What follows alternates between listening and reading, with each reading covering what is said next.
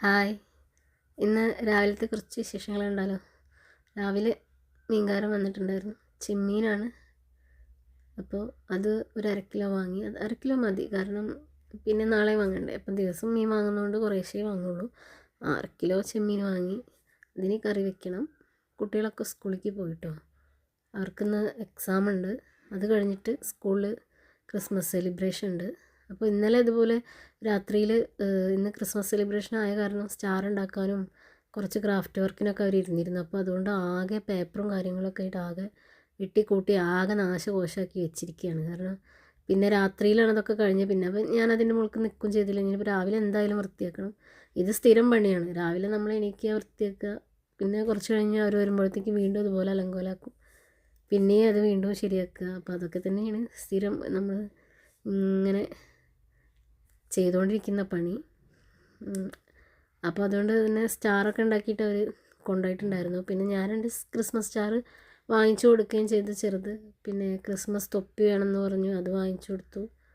പിന്നെ red colour white കളറൊക്കെ ഇട്ട് വരാൻ പറഞ്ഞിരുന്നു.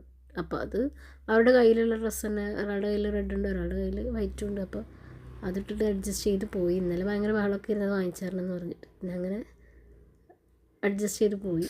ആദ്യം പരന്ന് കിടക്കണൊക്കെ ഒന്ന് എടുത്തു വെച്ചു. ഇനി വേണം അടിച്ചു വാരാൻ.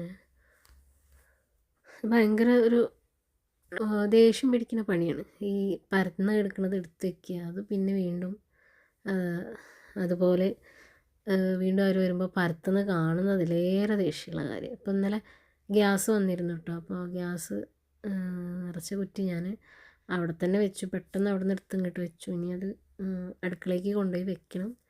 അപ്പോൾ അവിടെ നിന്ന് എടുത്ത് വെച്ച കാരണം അവിടെ തന്നെ വെച്ചിരിക്കുകയാണ്. കുറച്ച് കഴിഞ്ഞിട്ട് വേണം ഒന്ന് കൊണ്ടുപോയി വെക്കാൻ. ഗ്യാസിൻ്റെ കാര്യം പറഞ്ഞപ്പോഴാണ്, ഇവിടെ ഗ്യാസ് ഉപ്പാൻ്റെ പേരിലായിരുന്നു. അപ്പോൾ ഉപ്പ മരിച്ചിട്ട് 4 വർഷത്തോളമായി. അപ്പോൾ ഉപ്പായുടെ പേരിലുള്ള ഗ്യാസ് വേറൊരാളുടെ പേരിലേക്ക് മാറ്റണം എന്ന് പറഞ്ഞു. അങ്ങനെ പിന്നെ ആ ഉപഭോക്താവും, അതായത് ആരുടെ പേരിലാണോ ഗ്യാസ് ഉള്ളത് അയാളും അയാളുടെ ആധാർ കാർഡും തമ്മിൽ ബന്ധിപ്പിക്കണം. പിന്നെ അതുപോലെ തന്നെ അവിടെ ആ ഗ്യാസ് ഏജൻസിയിൽ പോയിട്ട് മസ്റ്ററിങ് ചെയ്യണം എന്നൊക്കെ പറഞ്ഞിരുന്നു.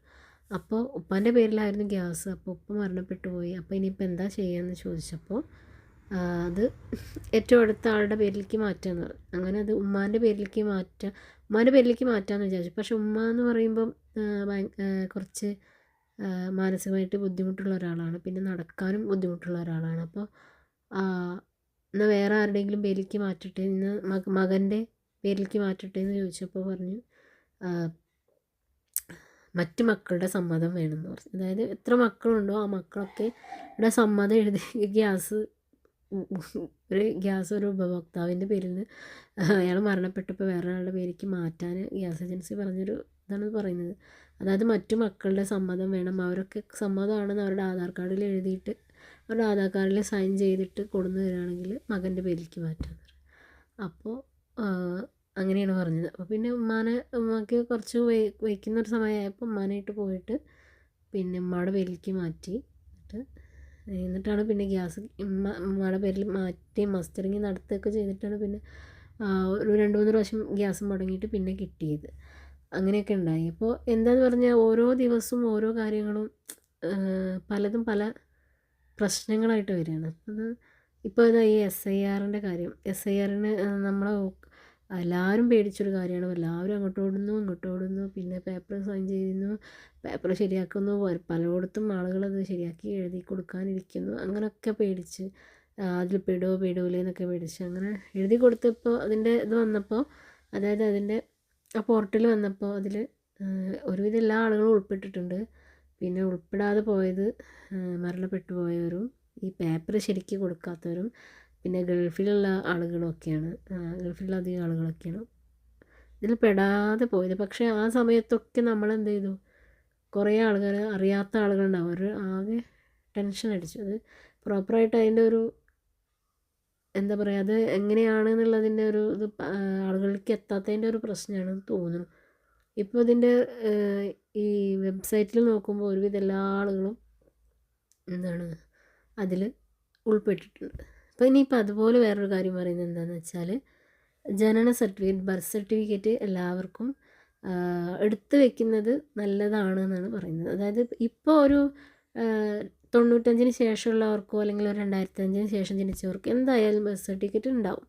പക്ഷെ അതിന് മുൻപുള്ള ആളുകൾക്ക് സാധ്യത കുറവാണ്. അപ്പോൾ എനിക്ക് സത്യം പറഞ്ഞ ബർത്ത് സർട്ടിഫിക്കറ്റ് ഇല്ല. അപ്പോൾ അതായത് പഞ്ചായത്തിൽ അല്ല നമ്മൾ അവിടെ നമ്മൾ ഏത് നമ്മളെ പ്രസവിച്ച ഹോസ്പിറ്റൽ എവിടെയാണോ അവിടെ നിൽക്കുന്നത് അവിടെയാണല്ലോ നമ്മൾ പോയിട്ട് നോക്കേണ്ടത്. അപ്പോൾ അവിടെ നമ്മുടെ ഉപ്പാൻ്റെ പേരുണ്ട്, ഉമ്മാൻ്റെ പേരുണ്ട്. പക്ഷേ അതിൽ നമ്മുടെ പേര് ചേർത്തിട്ടില്ല. അതായത് ആ സമയത്ത് നമുക്ക് പേരിട്ടിട്ടില്ല.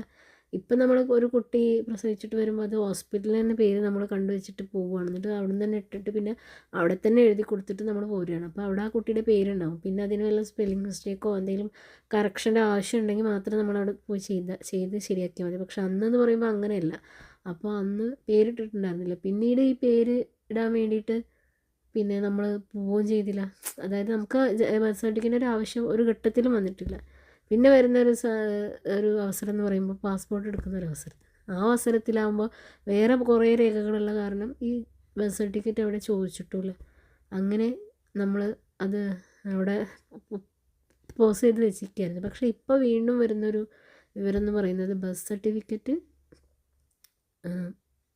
ഒരു നിർബന്ധ രേഖയായിട്ട് ഗവൺമെൻറ് കൊണ്ടുവരാൻ പോകുന്നുണ്ട് എന്നുള്ളൊരു ന്യൂസാണ് കേട്ടത്. അതായത് 2026 ഏപ്രിൽ ശേഷം എല്ലാവർക്കും അതിന് മുൻപേ നമുക്ക് അവിടെ പോയിട്ട് രജിസ്റ്റർ ചെയ്യാനും പിന്നെ നമ്മുടെ രേഖകൾ അവിടെ സമർപ്പിക്കാനുള്ള അവസരമുണ്ട്. അതിന് ശേഷം അതിനുള്ള അവസരം കിട്ടില്ല എന്നാണ് ഒരു ന്യൂസ് കേട്ടത്. അപ്പോൾ നമുക്ക് ഇപ്പോൾ പോയിട്ട് അപ്പോൾ നമ്മൾ ഏത് വഴിക്കൊക്കെ നമ്മളെ ബുദ്ധിമുട്ടിക്കാം എന്നുള്ളതാണല്ലോ അവർ നോക്കുന്നത്. അപ്പോൾ ഈ ഒരു രേഖ കൂടി എല്ലാവരും കയ്യിൽ എടുത്ത് വെക്കുന്നത് നല്ലതാണ്. അതായത് ഇത്ര പണിയുള്ള കാര്യമൊന്നുമല്ല. അപ്പോൾ നമ്മൾ കുറച്ചൊന്ന് ബുദ്ധിമുട്ടണമെന്നേ ഉള്ളൂ. പക്ഷേ നമ്മൾക്ക് ആ രേഖ നാളെ അതൊരു നിർബന്ധമാക്കപ്പെട്ട രേഖയായാൽ നമ്മളെല്ലാവരും കുടുങ്ങും. അപ്പോൾ നമ്മൾ അധിക പേർക്കും അതുണ്ടാവാനുള്ള സാധ്യത കുറവാണ്. എൻ്റെ കാര്യം ഞാൻ പറയുകയാണ്, എനിക്കില്ല. പിന്നെ ഇനിയിപ്പോൾ അതിനെന്തൊക്കെ നൂലാമാലകളുണ്ട് എന്നുള്ളത് അവിടെ പോയിട്ട് നോക്കിയാലേ അറിയുള്ളൂ. അങ്ങനെ ദിവസവും നമ്മളിങ്ങനെ ഒരുപാട് പേപ്പറും കാര്യങ്ങളും ഒക്കെ ശരിയാക്കാൻ വേണ്ടി നടക്കണം. പിന്നെ അതിനിടയിൽ പറഞ്ഞിട്ടുണ്ടായിരുന്നു നമ്മുടെ പിങ്ക് റേഷൻ കാർഡോ പിന്നെ മഞ്ഞ റേഷൻ കാർഡോ ഉള്ള ആളുകൾക്ക് അവരിൽപ്പെട്ട 35 വയസ്സ് കഴിഞ്ഞ ആളുകൾക്ക് പെൻഷൻ 1000 രൂപ കിട്ടുന്ന ഒരു സംഗതി ഉണ്ടല്ലോ, അതിപ്പോൾ വന്നിട്ടുണ്ട്. അതിൻ്റെ അപേക്ഷാ ഫോം അക്ഷയയിൽ കൊടുത്ത് തുടങ്ങിയിട്ടുണ്ടെന്നാണ് കേട്ടത്. അപ്പോൾ ആർക്കെങ്കിലും ഉപകാരപ്രദമാവുമെങ്കിൽ അവരത് പോയിട്ട് വാങ്ങിക്കുക ചെയ്യുക. നമുക്ക് വെറുതെ കിട്ടുന്നതല്ലല്ലോ, നമ്മുടെ കാശ് തന്നെയല്ലേ. അപ്പോൾ നമ്മൾ 1000 രൂപ കിട്ടുമെന്നാണ് പറയുന്നത്. അതിന് കൊടുക്കേണ്ട രേഖകൾ നമ്മുടെ SSLC സർട്ടിഫിക്കറ്റ്, ആധാർ കാർഡിൻ്റെ പകർപ്പ്, അതുപോലെ തന്നെ റേഷൻ കാർഡിൻ്റെ കോപ്പി, പിന്നെ നമ്മൾ സ്വയം സാക്ഷ്യപ്പെടുത്തിയ ഒരു സാക്ഷ്യപത്രം, അതായത് വേറെ പെൻഷനൊന്നും വാങ്ങിക്കുന്നില്ല എന്നുള്ളത് നമ്മൾ സാക്ഷ്യപ്പെടുത്തിയ ഒരു സാക്ഷ്യപത്രം കൂടി കൊണ്ടുപോയിട്ട് അക്ഷയയിൽ കൊടുത്തിട്ട് അപ്ലൈ ചെയ്യാനാണ് പറഞ്ഞിരിക്കുന്നത്. അതുപോലെ ഇത് വർഷാവർഷം നമ്മൾ മറ്റേ പെൻഷൻ അവരൊക്കെ ചെയ്യുന്ന പോലെ മസ്റ്ററിങ് നടത്തുകയും ചെയ്യണം. എന്നാലാണ് 1000 രൂപ നമുക്ക് സ്ഥിരമായിട്ട് കിട്ടുള്ളൂ. അപ്പോൾ ആർക്കെങ്കിലും ഉപകാരപ്രദമാണെങ്കിൽ പോയിട്ട് ചെയ്യുക. BPL കാർഡ് ഉടമകൾക്ക് മാത്രമേ ഇത് കിട്ടുള്ളൂ. അപ്പോൾ ഒരുപാട് വീട്ടമ്മമാരുണ്ടാവും ഇതുപോലെ 1000 കിട്ടിയെങ്കിൽ 500 കിട്ടിയെങ്കിൽ എന്നിരിക്കുന്ന ഒരുപാട് പേരുണ്ടാവും. നമുക്ക് വെറുതെ കിട്ടുന്ന ഒരു കാര്യമാണ്. അപ്പോൾ നമുക്ക് എന്താ പറയുക, അത് വീട്ടമ്മമാർക്ക് ഉപകാരപ്രദമാണെങ്കിൽ ആവട്ടെ എന്ന് വിചാരിച്ചിട്ട് പറയുകയാണ്. ഇതിനിടയിൽ എൻ്റെ ഒരുവിധം പണിയൊക്കെ കഴിഞ്ഞു കേട്ടോ. അപ്പോൾ റൂം ആകെ അലങ്കോലമായി കിടക്കിയിരുന്നു. അവർ പോയിട്ട് ഉണ്ടായിരുന്ന ഒരവസ്ഥയായിരുന്നു അത്. ഭയങ്കര അവർ കുട്ടികൾ പോകുമ്പോൾ അവർ ഡ്രസ്സ് അങ്ങോട്ടും വലിച്ചെറിയും ഇങ്ങോട്ടും വലിച്ചെറിയും, അങ്ങനെ മൊത്തം ഇതായിട്ട് കിടക്കുമായിരുന്നു. ഒന്നാമതൊരു ചെറിയ റൂമാണ്. അപ്പോൾ അതിനിടയിൽ നിന്നിട്ട് അവർക്ക് അങ്ങോട്ടും ഇങ്ങോട്ടുള്ള സ്പേസ് ഇല്ല. അപ്പോൾ അവരങ്ങോട്ടും വലിച്ചെറിയും ഇങ്ങോട്ടും വലിച്ചെറിയും. അപ്പോൾ അതൊക്കെ ഒന്ന് വൃത്തിയാക്കി അവിടെ നിന്ന് അടിച്ചു വാരി. ഇപ്പോൾ ഇതാ ഹാളിൽ ഇതുപോലെ കച്ചറിയിരുന്നു. അതും വൃത്തിയാക്കി ടാബ് തുടച്ചു. ഇനിയിപ്പോൾ അവിടെ ഒന്ന് അടിച്ചു വാരണം. പിന്നെ ഇവിടുത്തെ എന്താ വെച്ചാലേ വാള് ഭയങ്കരമായിട്ട് പൊട്ടുകയാണ്. ചുമര് ഭയങ്കരമായിട്ട് പൊട്ടുക. അതായത് ഈ സാൻഡ് കൊണ്ട് തേച്ച കാരണം തോന്നുന്നു ഭയങ്കര പൊടിയായിട്ട് ഇങ്ങനെ പൊടിഞ്ഞു പോരുക ചുമരൊക്കെ. അപ്പം ഞാൻ കുറച്ച് പേപ്പർ ഒരു എന്താ പറയുക, ഒരു പരീക്ഷണം എന്നോണം മീഷോന്ന് കുറച്ച് ഓർഡർ ചെയ്തു.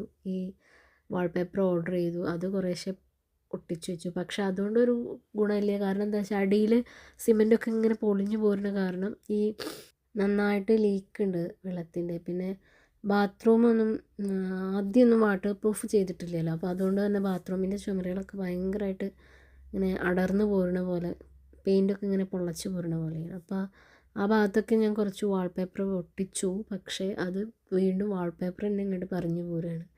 അപ്പോൾ അതിന് ഇനി സ്ഥിരമായിട്ട് എന്തെങ്കിലും ചെയ്യണം. അതിന് എനിക്കറിയില്ല, നിങ്ങളെ വീട്ടിൽ ആരുടെയെങ്കിലും വീട്ടിൽ അങ്ങനെ ഉണ്ടോയെന്ന് അറിയില്ല.